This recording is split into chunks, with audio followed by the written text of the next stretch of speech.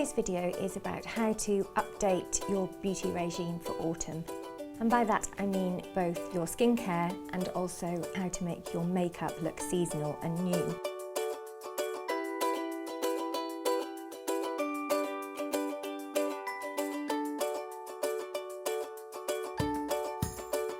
When things get colder and the central heating goes on, skin invariably becomes drier. So it's a question of pumping moisture and hydration back into the skin. I first of all suggest that you ramp up your cleanser from a face wash or a lotion to a cream. A thick sort of buttery cream is often very comforting at this time of year. Clarins Extra Comfort Cleansing Cream is a real favourite of mine. L'Occitane have just brought out their ultra gentle cleansing milk, which goes with the rest of that ultra gentle range, and it's so soothing and softening, especially if you're somebody whose eczema or psoriasis or rosacea flares up in the cold weather. Something like this would be ideal. The same applies to moisturisers, so you probably want to opt for something a bit richer. Neal's Yard have just brought out this new product, which is the Wild Rose Beauty Balm, and it's just so rich. It's like a lip balm. It's really solid. It melts on contact with the skin. You can also opt for kind of intensive treatments at this time of year. Eve Lom has just brought out these smoothing treatment capsules.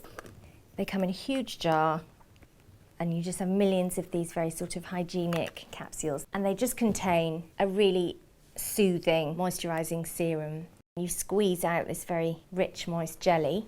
It just gives a lovely plumping quality to dried out autumn skin. My favourite thing about autumn is the makeup. I kind of get quite fed up of summer shades towards the end. There are some new foundations out for this autumn. They have more moisture in them, making them perfect for this time of year. Yves Saint Laurent has followed up their extremely successful Youth Liberator skincare line with a new foundation that contains Youth Liberator serum. So if you're a fan of that skincare, you will almost certainly love this.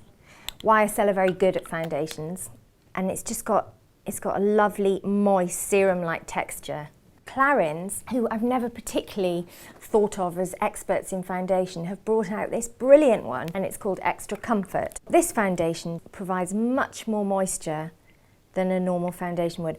Smells amazing, smells like cucumber, and it has much more moisture in it. See how it's quite buttery, and it's a really good coverage. Bobbi Brown has brought out a new foundation for dry skin. This is the Luminous Moisturising Treatment Foundation. She used to do a moisturising foundation that was nowhere near as good as this. This is a big improvement, I feel. So it spreads really nicely, and it feels amazing. I wore this all day yesterday and loved it. It has a real glow about it, and it doesn't feel heavy or caked. Fantastic product. But once your base is down, then the most fun part of autumn makeup happens, and that is this amazing colour palette that's happened this year, which is all kind of sludgy greens, khakis and golds. And this one is my favourite one of the season. This is Chanel's Mystère palette, which pretty much sums it up for me. These colours are absolutely on trend, but you needn't spend a fortune because Topshop have done a similar thing for an absolute fraction of the price. So to show you how easy these colours are to wear, I'm just going to take this Chanel palette. You want to begin with quite a pale base colour. It just gives you a nice even base, and also it doubles up as a highlighter on the brow bone. You're then taking a sort of domed, round-edged brush, and you can lay on a middle colour. And this, you just take to just beyond the socket line. Frankly, you could finish there and just proceed straight to eyeliner or mascara. But if you wanted to go for it a bit, you can take a crease brush, which is a much smaller brush and has a rounded edge. And you can take a darker colour. You want to load up your crease brush so it's full of colour, and then just stroke off the excess. Put your hand on your chin to stabilise and anchor it. Start somewhere around the middle and just trace along your socket, defining the line. You don't want to go right in it, because when you open your eyes, the colour will disappear. So you want to stay on it, if not slightly above it. Then you can take the paler colour again to blend the shades together so you don't have any harsh lines. And then if you want, you can go for a really dark liner. Again, anchor your hand, this time with your little finger, and just trace it along the lower lash line. And then you want it to line the top as well. You also want a mascara. Quite nice to use a coloured mascara if you fancy, as long as you put black on first. This is a green mascara by YSL, which is kind of cool.